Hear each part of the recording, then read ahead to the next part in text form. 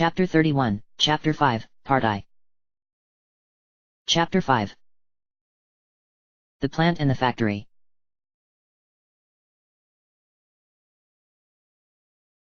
Trickleback River.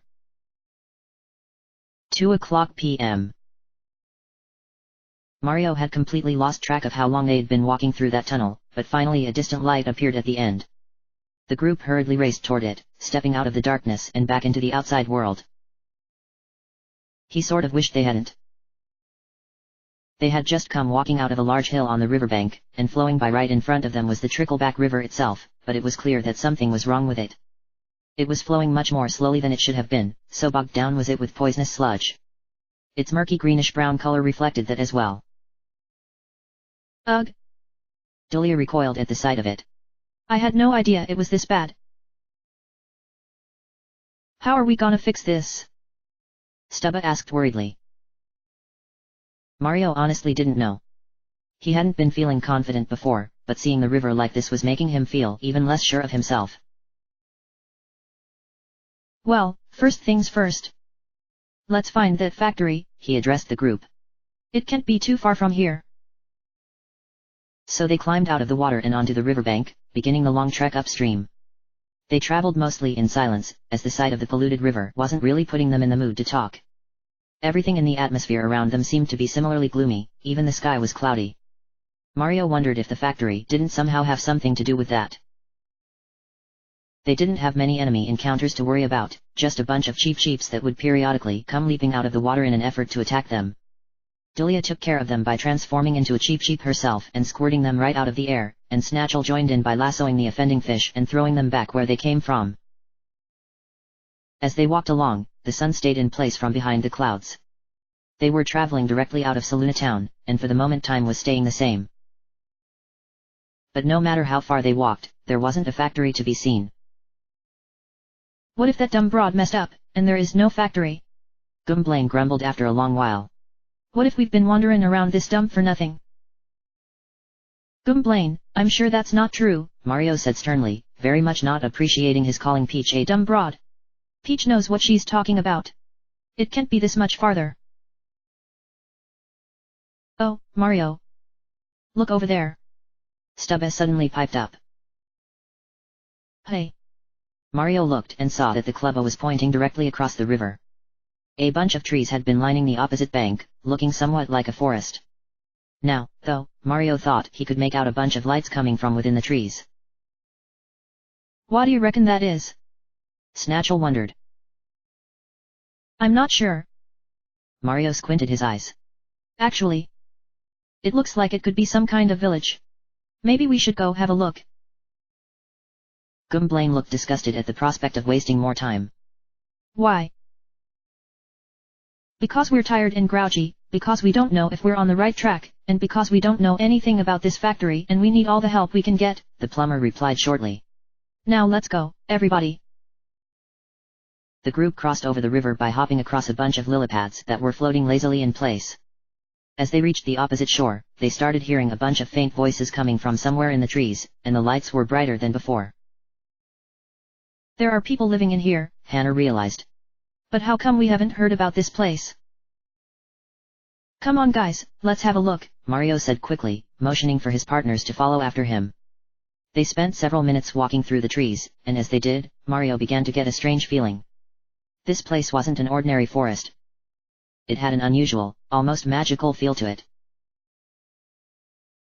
Then they finally arrived at the source of the voices, and Mario stopped dead and stared.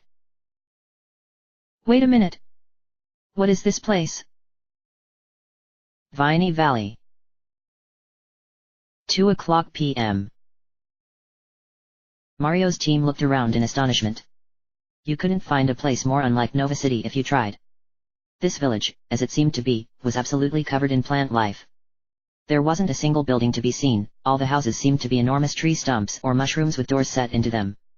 Every inch of the ground was covered in grass, and flowers of every imaginable shape, size, and color were springing up all over. The largest were over 10 feet tall and towered over Mario and his friends, dripping with dew. The whole place had a sort of dreamy, hazy air. Appropriately, all the inhabitants of this village were some kind of plant or fungus. There were numerous goombas and toads, of course, but there were also a few friendly and docile-looking piranhas, some pokies, and most prominent of all, there were countless crazy daisies. Wow! Delia said softly, looking as odd as everyone else. I've never seen any place like this. It's like from a fairy tale or something. Yeah. It's beautiful here, Mario agreed. Then he frowned slightly. Or at least, it would be, except everything around them was dying. The grass was withering, the flowers were drying up and losing their brilliant color. Even the trees looked sickly and were starting to drop their leaves. The people living there were no better off. Most of them were walking around looking pale and weak, wearing expressions of despair. Some of them, to Mario's horror, were lying on the ground and appeared to be unconscious. What's going on here? Mario cried out. Oh. Hello there, came a tired voice, and the team turned around to find a toad walking up to them. I never thought we'd get any visitors in a place like this. Welcome to Viney Valley. Or at least, as much welcome as can be found. Viney Valley? I've never heard of this place, Hannah remarked. Rodolfo didn't even mention it. Does he not even know about it? Well, we are a well-kept secret, the toad admitted with a shrug. Hardly anybody knows about us, actually. We tend to live apart from the rest of the world. It's always been fine for us. Until recently. Yeah, I can see that, said Mario, glancing around again and getting a chill. What's happening to you guys? Why does everybody look so sick? It's that river, ain't it? Snatchel said darkly. These fellers are getting poisoned from the river. And since they live right next to it, it's messin' 'em up bad. The toad blinked. Wait a minute, how'd you know about that? It's happening in Saluna town, Delia replied morosely. All the water there is getting poisoned too. Nobody can drink it anymore. It's awful. We came here to do something about it, Mario went on. We're looking for the poison factory, that's what's polluting the river, isn't it? The toad looked at the group in astonishment. You really came here for that? He asked. I don't know if that's a wise idea. That factory. Going in there is a death wish. It's so toxic in there, you couldn't possibly last. Mario tried not to look uneasy. Well, we've got to try anyway. If we don't, everybody in Chronoside is going to be in danger. The toad frowned reluctantly. Well, if that's the case, you would better come talk to the mayor. He knows best about what's going on around here. He can give you advice. That'd be great. Can you take us to him? If that's what you really want. Follow me. So the group set off after him as they walked through Viney Valley. Mario almost started feeling sick just from looking around, the very village was wasting away before their eyes. There wasn't a happy face to be seen. There's so many people here. And they're all so sick, Stubba whispered, looking mortified. Mario nodded in agreement. In particular, he had never seen so many crazy daisies in one place. Most of the ones he had seen were white, but the ones living here had petals in every color of the rainbow. Reds, blues, and yellows cropped up all over. Of course, if they hadn't all been looking so sickly, it probably would have been a prettier sight. This is gonna sound stupid, Hannah muttered after they had been walking for a while, but I don't like seeing all these daisies. They remind me of her. Who? Mario asked, then grimaced at his own stupidity. Oh. You mean Maisie? Clearly, he hadn't been speaking quietly enough. The toad stopped dead and spun around, staring at them in horror. You know Maisie? He cried, causing several people nearby to turn and look at him. You mean you've actually met her? A few more times than we'd like, yeah. Why? Asked the plumber. Then he frowned in confusion. Wait. How do you know about her? We know about her because she used to live here, came another voice from behind them. This was her home. Mario's team turned around in time to see a well-dressed bubble come walking out of a nearby mushroom building. Because of his rotund body he couldn't wear an actual suit, but he did have a white collar on and had a tiny little flower where his lapel would have been, which was somewhat redundant, as he had a very large, dark blue flower growing out of his head. He was also wearing a brown pork pie hat, which had a hole in the top so the flower could stick out of it. Fidela, who are these friends of yours? He asked curiously, then noticed the group regarding him carefully. Oh, I'm sorry, I didn't introduce myself. I'm the mayor. Mayor Bulbin. It's a pleasure to meet all of you. Good to meet you too, Mario said respectfully. His partners nodded. Mr. Mayor, I brought these people here to meet you, the Toad, or Fidelity, as his name seemed to be, spoke up. They say they want to go to the poisoned factory. Bulbin turned to stare at Mario. Why on earth do you want to do something like that? Don't you know about that place? It's too dangerous. We know it is. But we have a job to shut it down. There's something we need to rescue from that place. Mario tried to steer back to the original topic, the one that was nagging incessantly at him. Excuse me sir, but... You say Maisie used to live here? Can you possibly tell us anything about her? Bulbin and Fidela both glanced warily at each other, wearing deep frowns and looking very reluctant to speak. Yes, I can, the mayor finally sighed. You had better all come inside. You too, Fidela. This is going to take a while.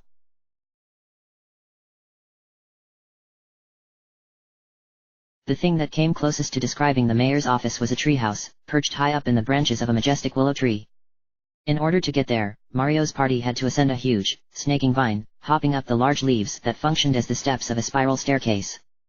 From there they walked across a rickety wooden bridge, which gave them a view of almost the entire village. The bridge led them up to the front porch of the surprisingly well-built treehouse, and then the entire group crowded their way inside. Oh, hee-yee-een, Mr. Mayor, greeted a daisy with bright pink petals who was already standing in the room. Oh, you brought friends. That's totally swell. Can I get you guys anything? No, that's quite all right, Bulbin replied curtly. Everyone, I'd like to introduce you to my secretary, Polina. Hello there. She chirruped, waving eagerly at Mario's group. They very awkwardly waved back.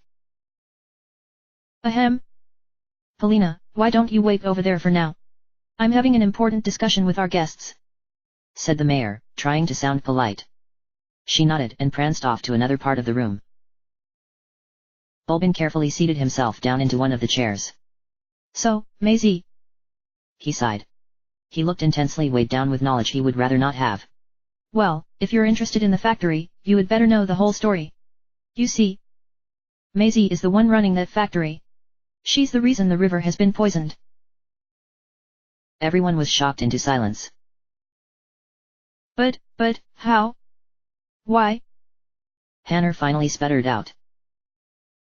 It's simple, actually. You see, crazy daisies, being flowers, are a very vain and self-absorbed species. Mario glanced over at Polina, who was currently fawning over her reflection in a hand mirror. Yeah, I can believe that. Well, she was worse than any of them, Bulbin went on. Even before all this started, she was notoriously power-hungry. She wanted to control all of Viney Valley, no, I'd say all of Chronoside. She has quite the complex. That sounds like her, Mario grumbled. But what does the factory gotta do with all that? Asked Snatchel. Well, in her quest for power, it wasn't long until she discovered that factory, the mayor recounted. None of us know who built it, or how long it's been there, but for as long as we can remember it's been abandoned. Until she got in there. She started the whole place up, and she learned some truly shocking things. Ooh. Are you talking about Maisie? Polina asked urgently, dashing over to join the group. Did you tell them about how she's doing all those experiments with the poisonous stuff? Mario stared at her. Wait. What? Polina, please, the mayor said shortly, then turned back to Mario. Well, unfortunately, she's right. Maisie's been experimenting with the poisonous chemicals in that factory. The very ones that are being spewed into our precious river. You see, she found out? Ingesting that poison will not always be fatal. If it's done the right way, it can actually make a person stronger, and imbue them with poisonous powers and abilities. The group looked horrified. You're joking, said Mario. Oh man, I wish, Fidela sighed miserably. No, it's definitely true. We've seen it ourselves, with those 3 guinea pigs of hers. The ones she's been doing the experiments on. Wait, you mean those piranhas? Those things she's always carting around. Gwynplaine protested. The very same, Bulbin confirmed with a nod. They weren't even putrid piranhas to start with. They were normal ones. But Maisie got her hands on them and wanted to see just how powerful this poison could make them. She's been giving it to them ever since, and they've been getting stronger and stronger. Gwynplaine shook his head. I knew those freaks were way too strong to be normal, he grumbled. But it's not all good for them, Bulbin pressed on. For even though the poison may make a person more powerful, there are very serious repercussions. You lose your mind, Mario guessed, thinking back to the Polooper blooper. Bulbin nodded morosely. She's been trying to figure out a way to eliminate this problem. A way for the poison to give person the increase in power without the mental decay. And we think, once she's done that, Fidela ventured, swallowing hard before going on, she could make an army. An unstoppable one. There's no telling what she could do with something like that. No one spoke for a moment. There seemed to be a tremendous weight pressing down on everyone in the room. How do you guys know all this? Mario finally asked. It's no secret, Bulbin said frankly. She doesn't care who knows. It's not like there's anything we can do to stop her. He gazed despondently at the floor. After all, that poison had the lovely little side effect of getting into our river and diseasing all of Viney Valley. And if what you've told me is true, then the rest of Chronoside will follow soon after.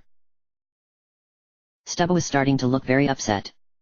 But how come nobody's stopped her? Oh, we've tried, Fidela promised him. People tried to go to that factory and confront her. And they never came back out. She's just too strong for us. Mario still wasn't satisfied. So why don't you all just leave? We can't, Bulbin said simply. Nowhere else in Chronoside has enough plant life to sustain all of us. And besides, we're all too weak to make the journey at this point. If we stay, we'll die. If we leave, we'll die. Fidela shook his head, looking almost overcome with hopelessness. Oh, what are we supposed to do? Suddenly Polina's eyes lit up. Wait, I know. She cried. We should take Viney Valley. And push it somewhere else. Everyone stared at her. Or, you know, we could just go shut down the factory for you, Hanner spoke up after a moment. Bulbin frowned. You're still entertaining that idea? Even now that you know what's at risk? Dulia nodded dutifully. We're heroes. It's what we do. We've gotta help you guys out somehow. Gwynplaine just rolled his eyes, obviously not agreeing with her sentiment. Mario was nodding as well, and he was about to assure Bulbin that they would do everything in their power to put a stop to this. But then he remembered it. All the color drained from his face. Wait. Oh no. He looked at his partners in horror. Guys. Peach said that the Sun Soul is in that factory. And Maisie. He swallowed. That means she must have it. They all stared back at him. Oh, no, Hanner groaned, looking horrified to realize Mario was right. This is bad. This is bad bad bad. She's been hounding us for those things, and she had one all along. Excuse me? Did you say Sun Souls? Asked Bulbin. Mario turned to him. Yeah. We've been collecting them, and Maisie wants them for herself. We never found out why, though. I might be able to answer that, the mayor said glumly. These Sun Souls. They're very powerful, aren't they? They're about the most powerful things in the world right now, the plumber confirmed. Bulbin nodded thoughtfully. We've heard her talk about those things, he explained. We don't know what they are exactly, but it sounds like she wants to use them for a power source. Some way to keep the factory running indefinitely, so that it never runs out of energy. Never? Cried Dulia. But that's impossible. I highly doubt that, Bulbin sighed. And if she actually managed to do it? Well, I don't want to think about that. Mario felt all his energy draining out of him as he was confronted with this terrible truth. That explains it, he said simply, hopelessly, collapsing back in his chair. That explains why she's been following us. That explains everything. Well, that tears it, Snatchel decided, jumping to his feet and looking very dangerous indeed. We ain't wastin' another minute hangin' out around here. We're goin' over to that factory and endin' this nonsense once and for all. I don't care how strong this gal thinks she is, she's goin' down. You're right, Mario agreed firmly, standing up as well. We finally know what she's been after all this time. And it's worse than we ever thought. We have to stop her before it's too late. Bulbin shook his head. I see you're not going back on this, he remarked. Well, if you're certain about this. First of all, you have to get inside the factory. As you probably know, it's at the source of the river. It's situated at the very top of a waterfall, in the center of a large lake. Gwynplaine frowned. What? We gotta go climb up a waterfall? It's not as bad as it sounds. There's a key that'll open up the waterfall for you. Fidela spoke up. But to get it, you have to defeat the creature that was set up to protect it. Though that shouldn't be too hard for a group of adventurers like you guys. You'll find the key by following the path at the very back of the village, Bulbin clarified. Once you have it, just bring it to the waterfall. You should be able to figure it out from there.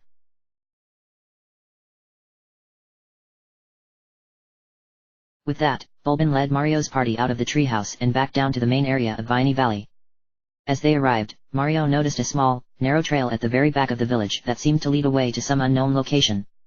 The ground on this trail was covered in small mushrooms.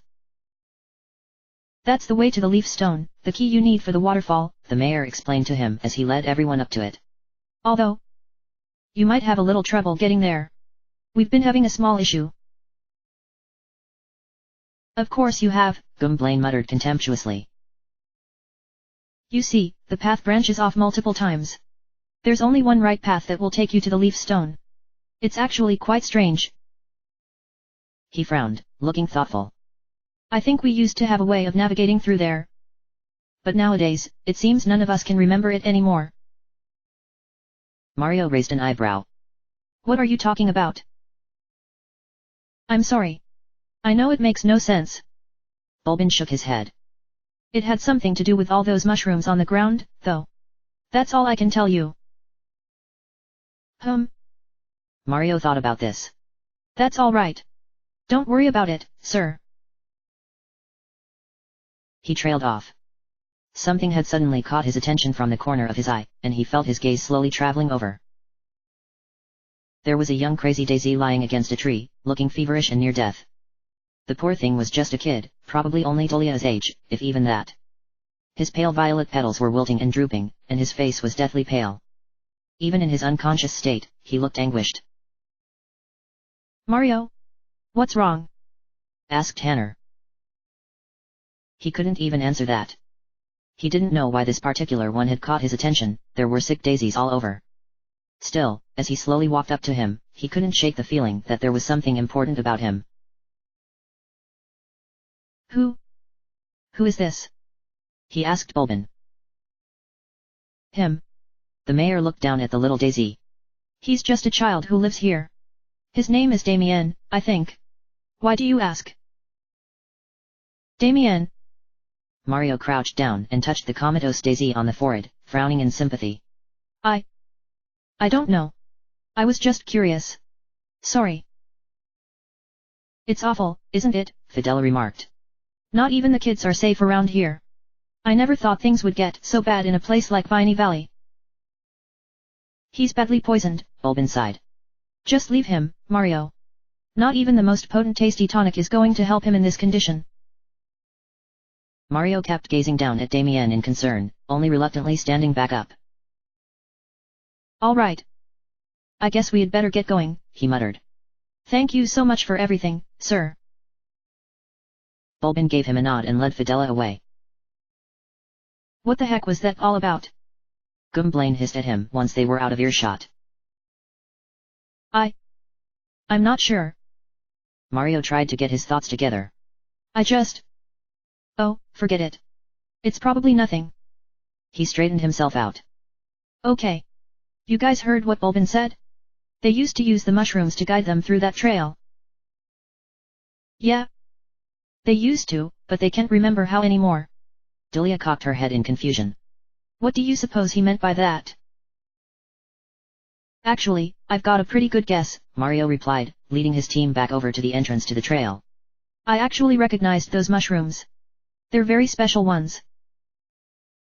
He pulled out the Ian hourglass with a smile. They glow in the dark. As his partners' faces lit up in comprehension, Mario tipped the hourglass over and transported them away.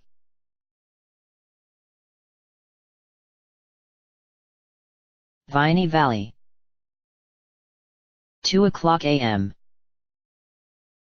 Mario quickly decided that he much preferred Viney Valley at night. In the darkness, it was harder to see that all the plants were dying and withering. The atmosphere was also livened up a little by a bunch of small lights, like will-o'-the-wisps, floating in the air around their heads. It pained Mario so much to see how beautiful this place was, and how much it was suffering. He couldn't let this place die. Whoa! You're right, Mario. Stubba marveled, and Mario turned to see what he was looking at. He smiled, just like he had thought. The mushrooms on the ground were giving off a pale green, bioluminescent glow. I knew it, he said confidently. All we have to do is follow the mushrooms, guys. They'll lead us to the right place. Alright then. Let's get crackin', said Snatchel, and the group immediately set off down the path. Before they left, though, Mario suddenly felt a nagging feeling inside of him. Before he could stop himself, he quickly glanced over his shoulder at the large tree, where Damien had been lying back in Dayside. There was no one there.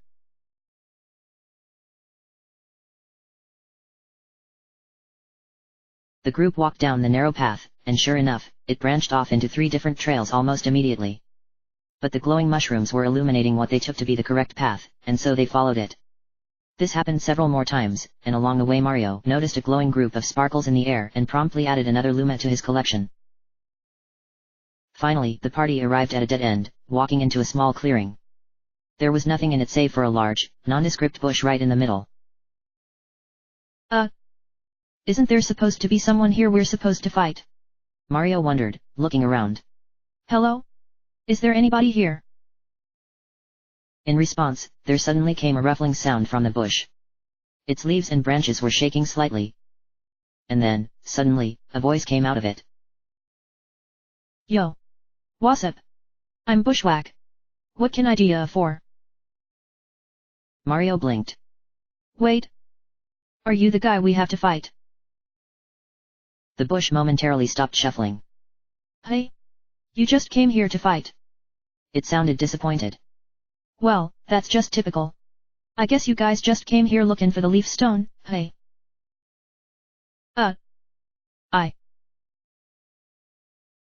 I shoulda guessed. That's all anybody ever comes here for. It grumbled. Nobody ever drops by to say hi to old Bushwhack. Nobody asks how Bushwhack is doing. Nope. It's all fight fight fight, every time. Mario was at a loss for words. His partners were looking very confused. I'm sorry. The plumber said lamely. Really, I didn't know you felt that way. What do I care? Snapped the plant known as Bushwhack. Whatever.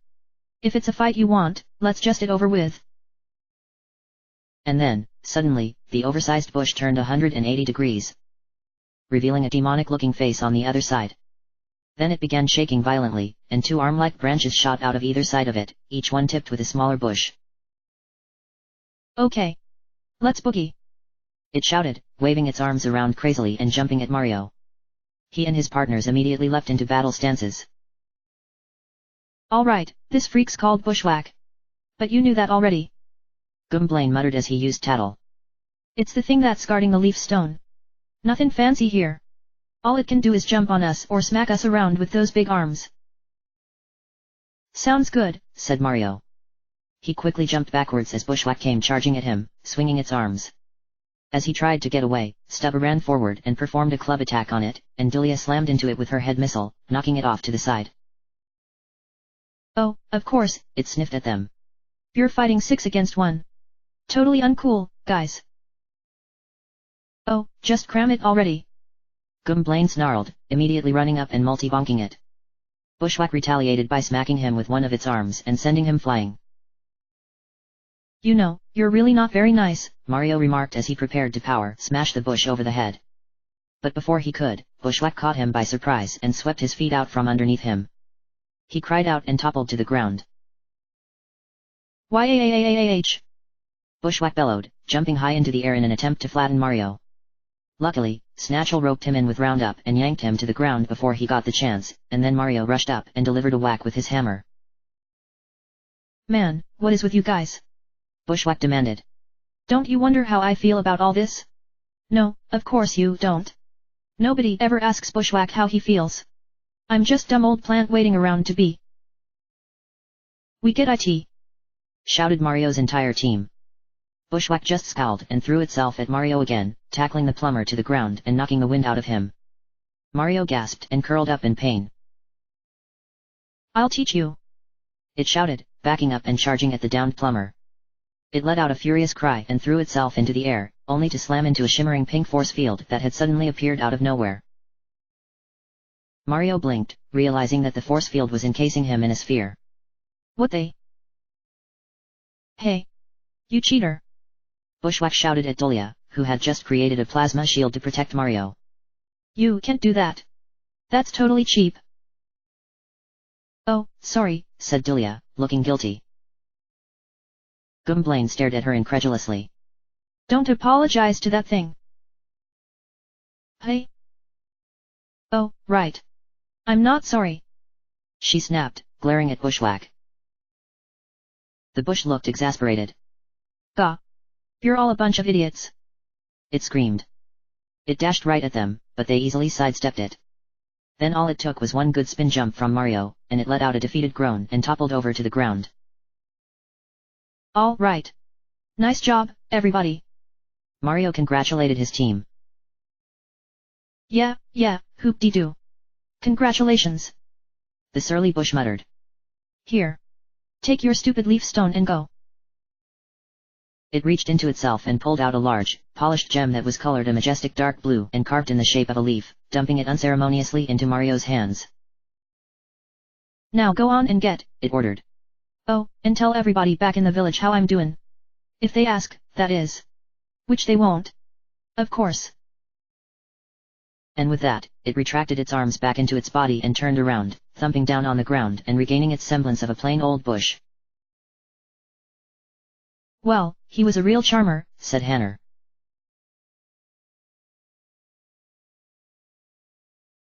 After that, the group set off back down the trail, going back the way they had come and following the glowing mushrooms just as they had done before.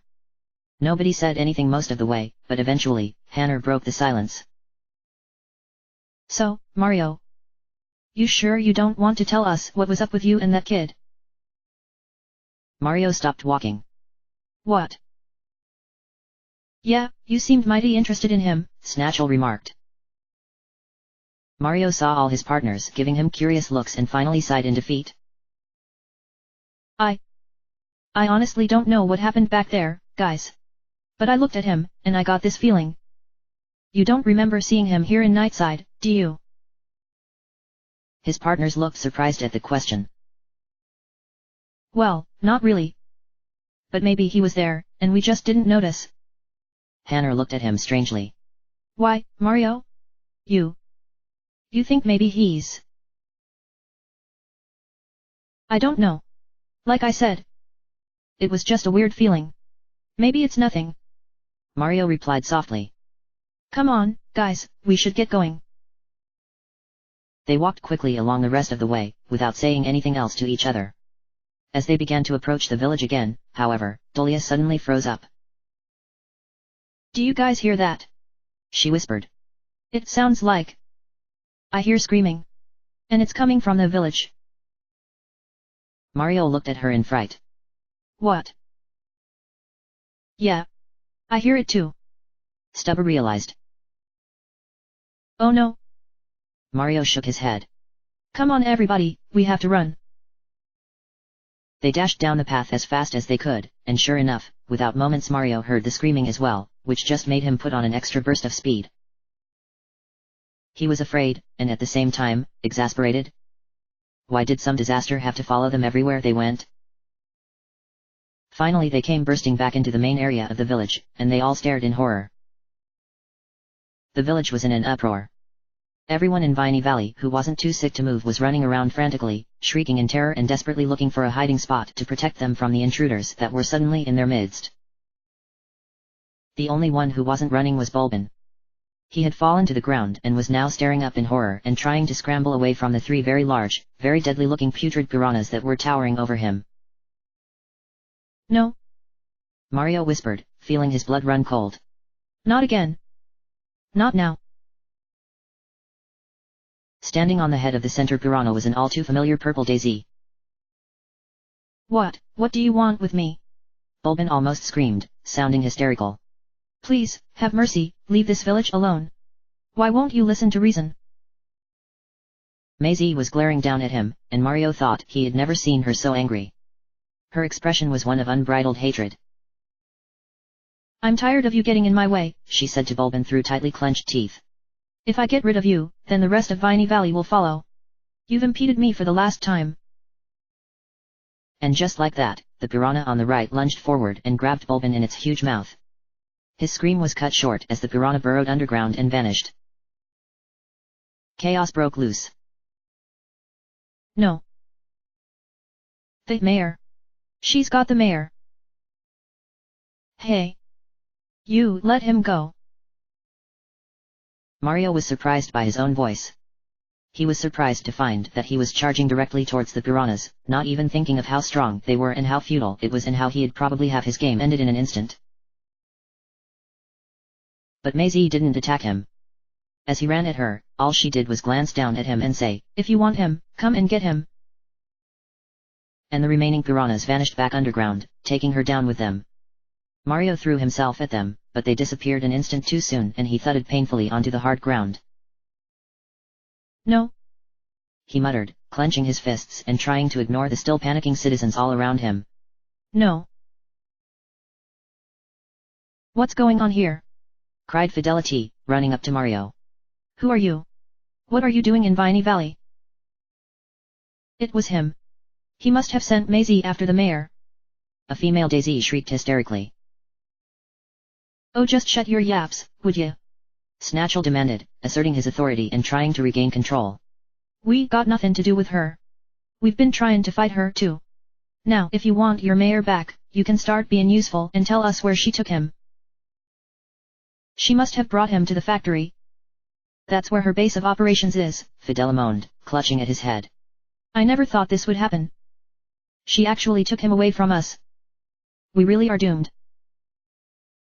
Hey. Don't say that.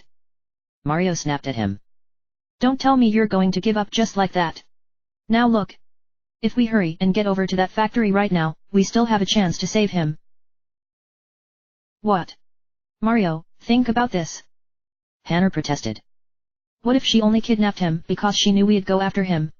What if she's just luring us into a trap? Mario shook his head. It doesn't matter. We have to go to the factory one way or another. This doesn't change anything. And if she thinks she's going to stop us, then she's wrong. Mario clenched his fists, feeling his resolve and determination build up like nothing he had ever experienced before. He glanced at his partners, and they stared at the serious look on his face. This is it, everybody. We're going to that factory. We're stopping her, and we're getting that Sun Soul. And we're ending this once and for all.